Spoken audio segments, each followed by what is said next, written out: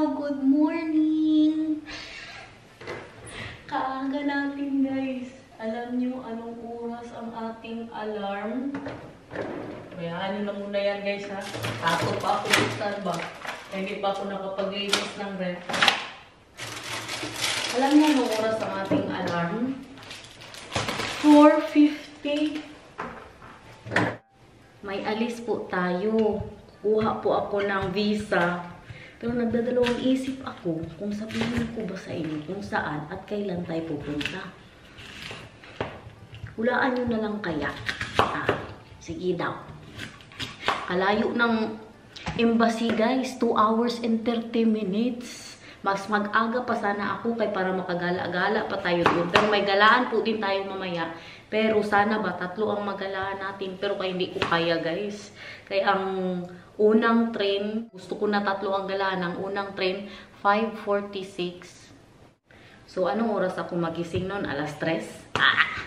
Binuang po doy. Sabi ko, wag na bahala na yun na lang. Bahala na. Pero syempre, kahit anong mangyari, gawin ko na muna ang ano po ni Nathan, ang kanyang lunchbox kay para hindi na magkabuang ang tatay niya mamaya na magawa-gawa pa siya no, magkasikaso na lang po siya kay Nathan. Huwag niyo pong pansinin yung orasan kay dapat i-change na yan ba? Dapat ano pa lang ngayon? 5:20. Pero 6:20 na po dito. Laki ng problema ko ngayon. Hindi ako sure kung maglakad ba ako papuntang Lidl, tapos pagsakay ako ng bus, or magbike ako ng hindi electric papunta ng train station. Pero parehas lang, dapat 6:50 nakaalis na ako dito. Kasi nga, yung ating train is 6:46. Takot ako magdaan kasi ng Purinahe ba? Ewan ba, ngayon lang, habang tumatanda ako, naging matakutin ako na wala ba yato? Hindi ba ako matatakutin na? Pero ngayon matakot ako guys. Pero Inday Garnet, huwag kang matakot. Mas matakot ka sa buhay. Mas matakot ka sa nagnanakaw ng battery ng bike. Kaya hindi ko nga gamitin yung bike ko, yung electric. Tatakot. Magdadala ako ng battery. 2 hours and 30 minutes. Tapos kalayo pa ng mga lakaran.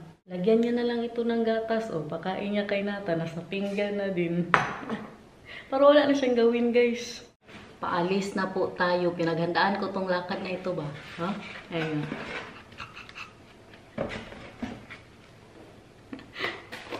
New Balance unlock!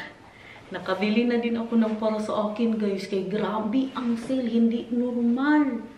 As in. Grabe oh. Para akong nasa clouds. Alam nyo, wala akong pakialam sa itsura niya. Hindi ako naghanap yung gusto ko ang itsura, ganun ba. Ay, sabi nila, comfy daw ito. Kaya di ba marami ba silang mas maganda pa po dito na na mga model. Pero itong binili ko kay bakit? Kakaiba ang sale. Mura siya. Kaya binili ko na po kay sayang. Pero grabe talaga guys. Tubad lang ba na hindi sa bagay. Iba-iba man tayo ng taste. Hindi gusto ni Daniel. Mag-Skechers yan siya. Magbili po kami ng sapatos niya bago tayo uwi ng Pilipinas. Kaya kawawa na masyado ang sapatos ng mister ko, guys. Oh. Grabe talaga. Not sponsored. Tara na. Alis na po tayo. May mga nagbabike na, guys. Hindi na makatakot. Maglakad na lang ako. Doon papunta po sa bus station. Tingnan nyo naman ang mga lakaran natin dito. Dilim-dilim pa, Diyos ko. Mamaya pa ito mag-araw.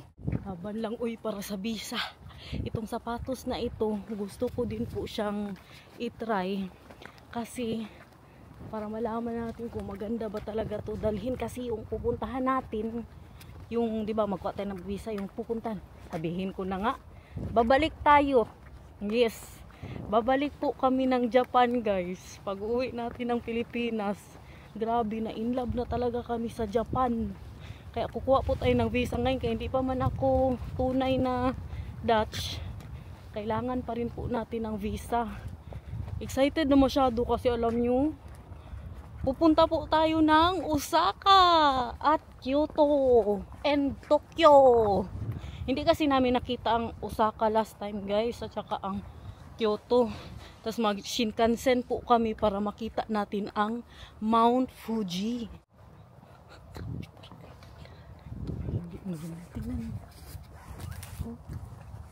Tapos ang purinarya nandyan lang sa gilid. Ikaw na bahala, Lord. I trust in you, Lord. Uy. Kalasangan pa dito. Buti na lang may mga poste na. Dati off pa po yung mga ilaw. Di ba? May sasakyan. Sabi ko, thank you, Lord. May dumaan na sasakyan. Pangpawala ng kaba. Yung bus stop kasi, 20 minutes din ito nalakad. Doon to malapit sa Lidl. Umangin pa talaga. Uy. Buwang ka Inday Garnet, alas 6 takot ka. Alas 6 na po ngayon. Bakit kasi madilim? Ako mainis, magtakbo ako, baka layo pa oh. Andoon pa oh. Yung puntahan natin. Doon po to sa Lidl, yung sa malapit po sa pinag-groceryhan natin. Oh, may dumaan na naman oh. Andyan yung purinarya guys, oh, sa harap yan yung may ilaw. Sabi ko sa inyo, matakot po kayo sa buhay. Tinanggal ko na muna ang sombrero ko guys para kita nyo si Inday Garnet, no? Excited na po masyado si Nathan kasi alam niya na pupunta po kami ng Osaka this time. Tapos excited sila ng tatay niya kay mag Super Mario po yan sila doon, no? Sa Universal Studio. Gusto ko tong, ay takot. Gusto ko tong grabe narinig yun guys. Sabihin ko sana ba, gusto ko itong nagbablog ako kaya hindi ako natatakot. Nabibisi ako. Nawawala ang mga takot natin. Tunog-tunog pa talaga yung mga ibon na yan. Oy. Kung mamaya na hindi po ako masundo nila Daniel kasi late na tayo makauwi. Ito din po ang ano natin. Ito din ang kalabasan. Maglakad din po ako pauwi. Pero okay lang yan. Ang dami man yung magbike-bike. Mga pag alas 8 makadating na po tayo dito, no. Medyo malapit na po tayo. Anong oras na? Ang bus ay 6:19. 6:02 na po. Bahay na oh. Ito may bus stop din to eh. Pero yung bus stop dito dapat galing sa bahay namin. Kaya mamaya pa man yung ano bus na magdaan sa bahay. Alas 7 pa. Lidl. Kunting lakad pa. Kunti na lang. Sa likod ng Lidl po yung bus stop. Plano ko pa sana magbike na lang ako papunta ng Lidl. Na dyan ko na lang ano ang bike ko, no? I-park. Pero iniisip ko may camera ba sila dyan? Baka bawal mag-park. Tapos mamayang gabi ko pa kunin. Pero sayang. Ipapark ko kaya dyan kay Daniel. Alam nyo ba na hindi na din po safe dito? Ngayon ko lang nalaman. Akala ko gabi ko pa ka-proud ba kay wala akong mga narinig na balita. May mga saksakan, mga rape. Meron guys. Sa Den Haag ang malala. Yan ang isa sa kinakatakutan ko. Matagal na sana ito na plano. Siguro mga 1 buwan na din. Gusto ko nang kumuha ng visa. Kaso kay minsan matakot po ako. Minsan tinatamad. Kay grabe kaaga. Tapos minsan din di ako makagising. Minsan makagising ako tapos patayin ko ulit ang alarm ko. Isa din po sa kinakatakot ko, yung puntahan kasi natin ngayon sa Den Haag, yung kukunan ko po ng visa, magulo doon ngayon guys. Kung may mga saksakan dito, doon mas malala. Oo, parang rally sa atin sa Pilipinas. Tingnan niyo yan sa TikTok or sa sa Google. Tanungin niyo mga video-video, kadami. Kasi about yan sa mga refugees po dito ba. Ang mga ibang Dutch, ayaw na po nila nagdadala dito ang gobyerno ng mga refugees kay kadaming ang mga benefits nila na nakukuha, libreng bahay, tapos may pera pa, allowance, ganun. Hindi na gusto ng ibang mga Dutch kay halos po mga tax na pupunta po sa kanila, ganun ba, sa tulong para sa kanila. Grabe ba kami magbayad ng tax dito guys, kalaki po ng binabayaran namin. Kaya malaman pa yan ngayon kasi may isa nga na party list, nag-usap-usap na tayo ng gobyerno, okay lang kay hindi man sa Pilipinas. Okay lang guys, kaya dito man sa Netherlands, may isang party list na pero hindi ako sure sa mga pinagsasabi ko ha, kay hindi ba ako masyado updated po din talaga sa mga ano nila dito. Kaya wala po kaming TV. Sa news lang po ako, sa TikTok lang po ako nanonood. May ano kami guys, Netflix, mga Disney pa yung TV nila dito sa Netherlands. Wala po kami. Kailangan din magbayad kung mag-TV ka. Parang mga Sky Cable, good, mga ganyan. Kaya wala po kaming news. Pero ang dinig ko, so may isang grupo po dito na tumatakbo ngayon. Ang pinupush nila, stop na po ang refugees. Pero hindi din natin alam. Kaya marami din mang Dutch na okay lang po sa kanila. Sila biyanan, okay lang sa kanila guys. Kaya kawawa din daw. Yun lang ba? Yan ang pinaglalaban nila ngayon sa Den Haag. Grabe. Binubugbog yung mga pulis. Ang mga police car, inaano po nila. Sinusunog. Panoorin nyo, TikTok.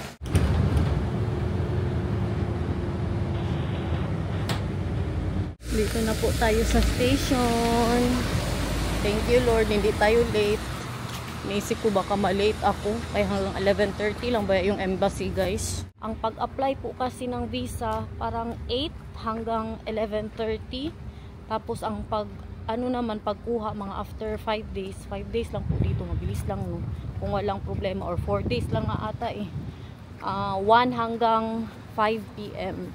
So after 5 days, dala naman tayo dun sa mga purinarya. Ito pala yung aking mga papeles.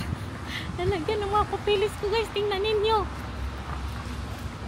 Ganda oh. Naayos pa rin po nila ang station. Anong oras na ba? 6:46 yung ano natin eh. Yung train. 6:30 na. Bili na muna tayo ng tubig. Kaya ang dala ko lang po kayong saging. Takbo na siya oh. Pasok na po ako. Naiwan na siya. Agoy, kawawa. Malis na yung train niya guys.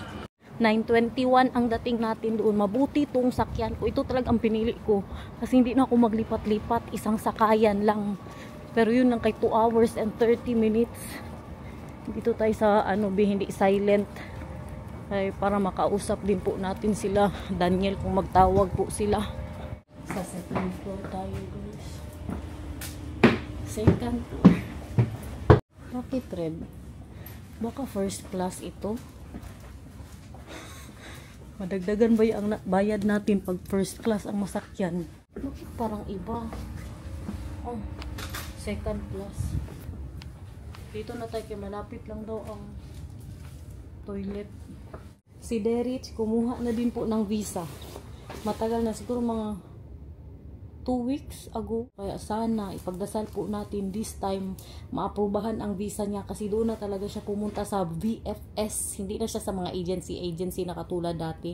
Ang ginawa sa amin ba yung agency na ewan na lang, pagbalik sa amin walang visa. Feeling ko hindi sa ako judgmental, pero baka judgmental ako guys, pero feeling ko may ibang agency ba na nangluloko na lang na hindi nila yan pinapasa, tapos magbayad ka ng ng panglakad nila, 'di ba?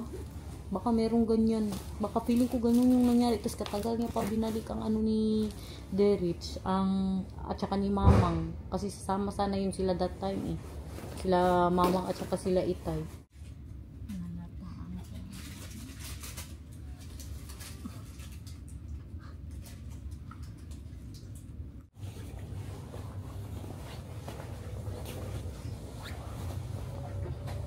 I love you. Did you like my sleep short? Yeah.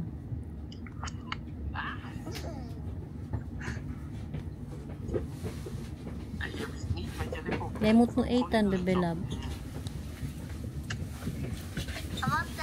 Lemot mo 8.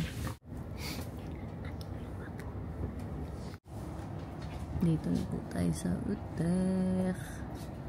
Kunting tiis pa guys. 30 minutes na lang. Dating na ako doon. Diyos ko. Pinababa kami dito. Buti na lang nagising ako dito guys. Pinababa kami kay may sira daw. 2 train talaga. Hindi magpunta ng Den Haag. Magtanong na muna ako anong gawin. Patay. Baka wala na akong oras. Ang kailangan ko magdaan muna ng airport sa Amsterdam. Ay. Nandito na ako sa Utrecht ngayon. Buti na lang talaga marunong tayo magbasa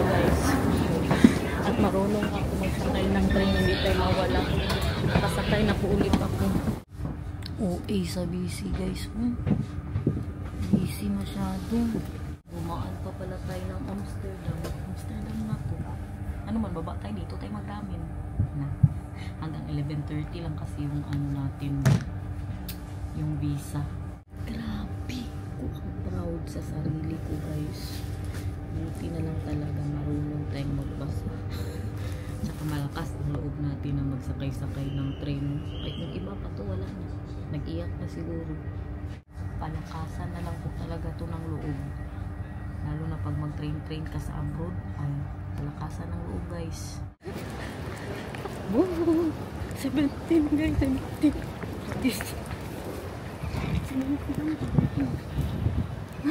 Dati nilalakad ko po yan 43 minutes. Kasi takot ako mag-metro guys. Baka mawala po ako ba. Tapos maubusan ako ng oras kay maghanap na naman saan magpunta. Ngayon kay alas 10 pa man. I-try natin tong sabi ng Google. Palakasan ng loob guys. Ayan o, sakyan natin. Okay. 7 minutes of walking. Pasakay din tayo ng ano guys. Kalahin nyo yun. Hindi na ako natakot yun. Kanina ba isip-isip ko. Para ako buang. Maglakad-lakad ako dati ng 43 minutes. Niisip ko na lang ko dati na ay exercise. Tama din naman exercise. Update sa sapatos. Ganun pa rin po. Parang naglalakad po ako sa clouds. Grabe ka. Sarap sa paa. Uy. Sinabi ko ba sa chika natin kanina na isa din po sa kinakatukutan ko na magpunta dito kayong mga rally-rally nga ba. Baka hindi man siguro kumukhang refugee. Wala man siguro mga Asian na refugee guys. Halos kasi dito yung mga mga itim po at yung mga bago lang na yung sa mga gira-gira na lugar. Marami ang mga nababalita dito, mga saksak. Tapos meron pang mga hold up. Akala nyo sa Europe walang ganyan? Akala ko din. Marami. Okay. Tawid guys. Malapit na tayo. Memorize ko na tong dito banda. Alam ko na to. Hindi na ako tumitingin sa Google Maps. Balugada. Lugada. You see that? Wow. Europe. Malapit na to sa nandiyan na lang embassy na yan. Nakikita ko na guys. Nakikita ko na siya. Tapos after 5 days, balik na naman tayo dito. Saan na naman tayo magala niyan? Pabahay niya. Kalaki-laki. Sobrang mahal niyan ba? Kay nasa city. Tapos sobrang laki na bahay. Mayaman yung mga nakatira dito guys. Pag taga dito po kayo, mayaman kayo. Pakita ko sa inyo be. Ayan Nagigit pa sila Naul. Laban lang good talaga sa buhay para makabalik ng Japan. Pagkayod na naman tayo dito kay panggastos sa Japan guys. Kain-kain na naman natin doon. I miss ramen. Yan talaga ang gusto kong balik-balikan doon, ang ramen. Kaya nga dito, abot pa ako ng Amsterdam para kumain lang po ng ramen. The Embassy of Japan. Yan na po siya. Tingnan nyo ang building, Japan na Japan ang itsura. Ito naman, Embassy of the USA. Pag magpunta tayo ng USA next time, hindi na ako magkuha ng visa guys. Maging Dutch na ako niyan. Puhon. Maraming kakapasok lang po. Walang pila sa labas. Last time may pila yun Bilib po ako sa mga embassy dito guys. Alam nyo po, yung Japan visa, walang bayad. Wala kang babayaran. Tapos, kunti lang yung hiningi nila sa akin. ID ko, passport ko, yung application form, itinerary, booking, at saka flight ticket, at saka lastly, yung bank statement. Yun lang. Pero sa Pilipinas, grabe. Ang hinihingi, parang manigurado talaga ba? Pati tax. Yung nagbabayad ka ng tax certificate. Yung patunay nagbabayad ka po ng tax. Hiningian din ng ganyan. Sila mamang. Pati diba kay si Deris, nagkuha man siya ng visa niya. So ngayon, dahil ako ang garantor niya, napakadami din pong hiningi sa akin. Diyos ko, minessage ko good ang embassy. Sabi ko, sorry, pero hindi po, wala pong tax certificate dito kay lahat po ng mga tao talaga dito sa Netherlands nagbabayad po ng tax. Sabi niya, ano na lang daw ipakita, yung bank statement na lang daw. Tapos hiningian din po ako ng birth certificate. Birth certificate ko.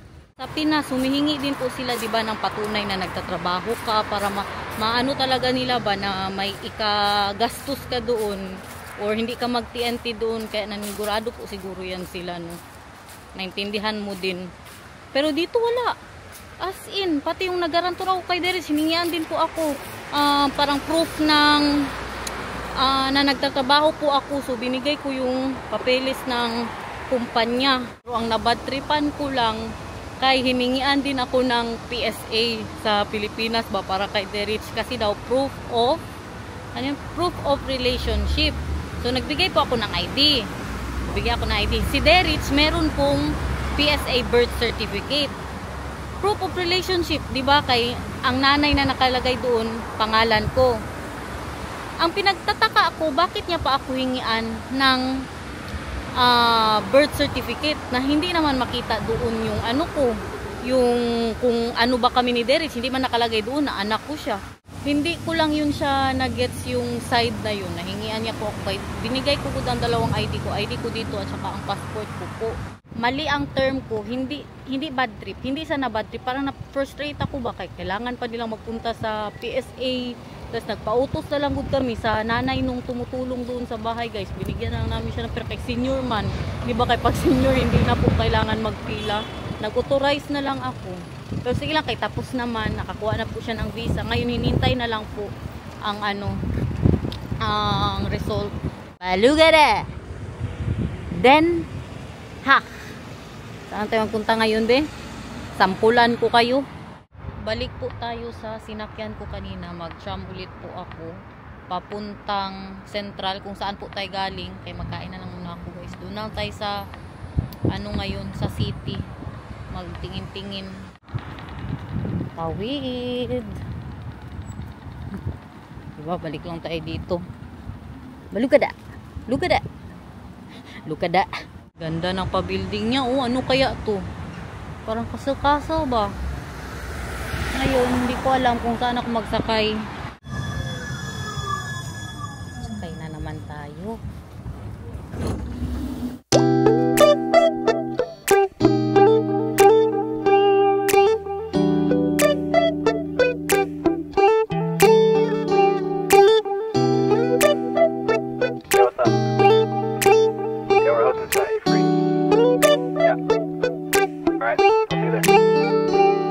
It's midnight, we're going all night. Can you pass a drink to get the vibe right? Don't feel like having a Bud Light. How's tequila with some salt and lime? Oh my, am I alright? Thanks for asking, doing just fine. Can I say that you're looking real nice? We'll have to chat right now before I get high. When you gaze into my eyes, I feel like I'm on cloud nine. You bang harder than 4th of July. I think I can go all night, yeah. The way you bite your lips, blush and smile you give, you're just so stunning. Bango ka, uy, ano man yan? Gutom na ako, guys. Wow. Wow. Ganda. Gutom na ako. Grabe pa ano nila, oh. Pa-art po nila dyan, oh. Bilihan ng pantalon. Sige. Maganda ba o hindi? Di ba maganda? Grabe ka bango, guys. Ano yan? Pancake? Hindi man yan pancake ang naamoy ko. Ano tong dito? First time ko nakapasok dito. Papunta man lang kayo sa ibang lugar, ha? Thank you, Inday Garnet. Dinala mo na naman kami. Wala pa po tayong magawa, eh. Ano to? May pa-art pa sila dito, oh.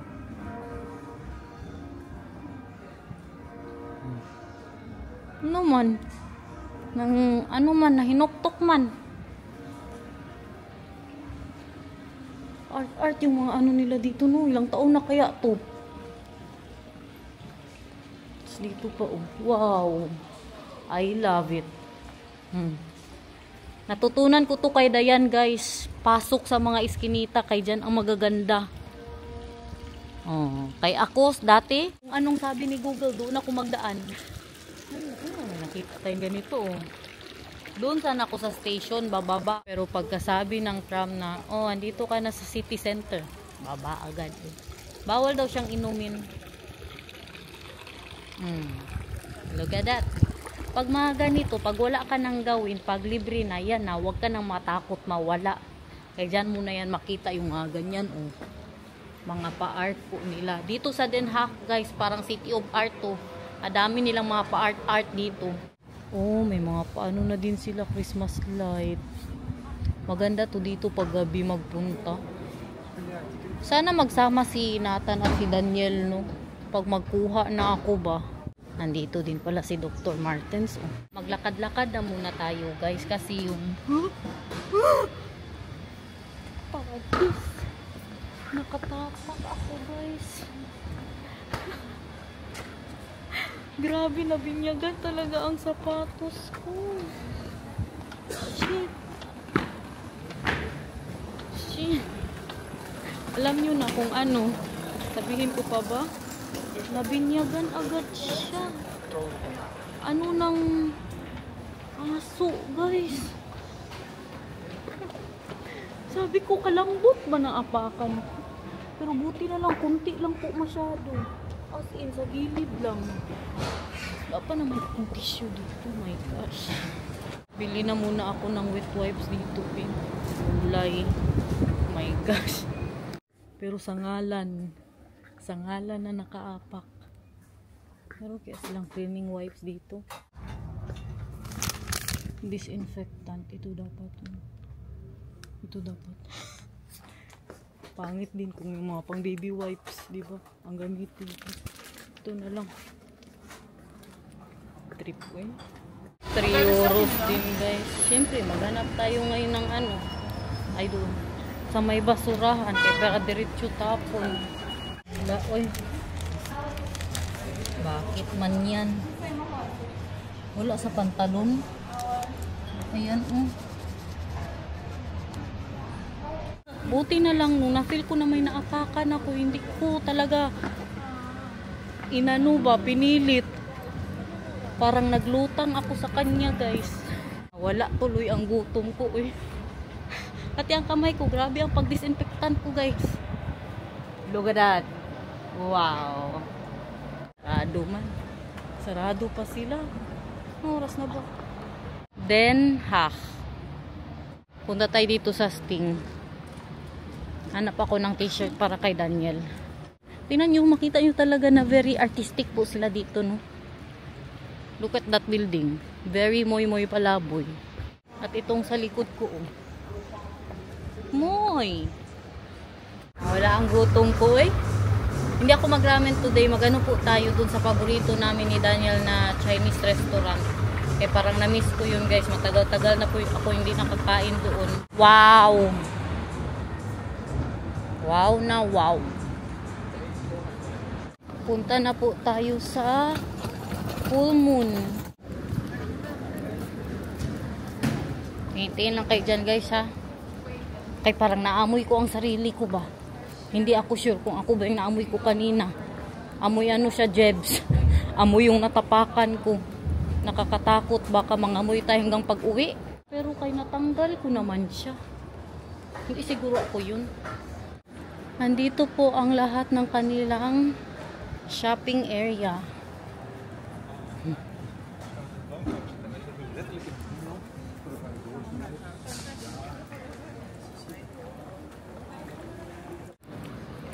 Malapit na po tayo, 4 minutes. Malapit lang pala yun dito sa pinuntahan ko. Buti na lang. Look at that. Mannequin piece. Masarap po yung ano dyan. Ang kanilang fries. Kita nyo, puro patatas. Ito naman po ang kanilang Zara. Then, Chinatown. Puro Chinese restaurant siguro to dito. Parang Pinay yan guys. Baka kilala niyo yun. Kaya ako. Tapos biglang sabi ba, hindi ako Pinay, Thai ako. Busy sila dito. Mga bahay-bahay nila oh. Dito ka daw nakatira no? Asarap siguro abuhay ba? Sobrang asarap abuhay. Nasa city ka lang, ubos din pera mo. Sige ka labas araw-araw. Sarado pa. Wala kaaga. Ang syunga. Ang syunga. Nagpunta na ako dito. Nakalimutan ko. Tingnan, busy ka ba vlog? Nakalimutan ko. Sarado pa pala siya. Saan tayo ngayon? 30 minutes pa. Good. 32 minutes. Lakad na muna tayo. Balik na po muna ako doon sa... Parang pasarap din yun. Chinese din guys. Pero doon na tayo sa alam na natin. Okay? Baka ano ba madimalas. Meron pa namang Filipino store dito guys. Pero hindi na ako magpunta ngayon. Malapit naman tayo mag-uwi ng Pilipinas. Ilang days na lang si Itay nagbibilang na. Nag-message kagabi sa 45 days na lang. Tingnan nyo, ang inupuan nila dyan, art din po. Tapos ang tabi kay basurahan, art din. Diba? Puro art. Punta na muna tayo ng Uniqlo, kay sarado pa rin sila. At yan pa The Art of the Den Haag. At doon pa dami yan sila guys. Hanggang doon sa dulo. At dito din na side. Hanggang doon sa dulo. At yan tingnan nyo. Look at that. Wow. Full of art guys. Ganda diba? Den Haag. Punta na kayo dito. Pag magpunta kayo ng Netherlands. Wow, orange. Orange good ani guys. Baka dahil hindi lang siya bagay sa... Magkano din kaya to? Okay. Hindi ako magbili guys siya. Tingin-tingin lang. Paano to? Taragis! 130 euros. Diyos ko. Steak. Good yan dyan guys. Tingnan nyo ang daan nila. Rainbow. Art. That's what you call art. So guys, ano man. Tigilan nyo na muna siguro ako. Kaya kailangan natin magbuhay-buhay talaga. Sobra pa to sa paningkamot.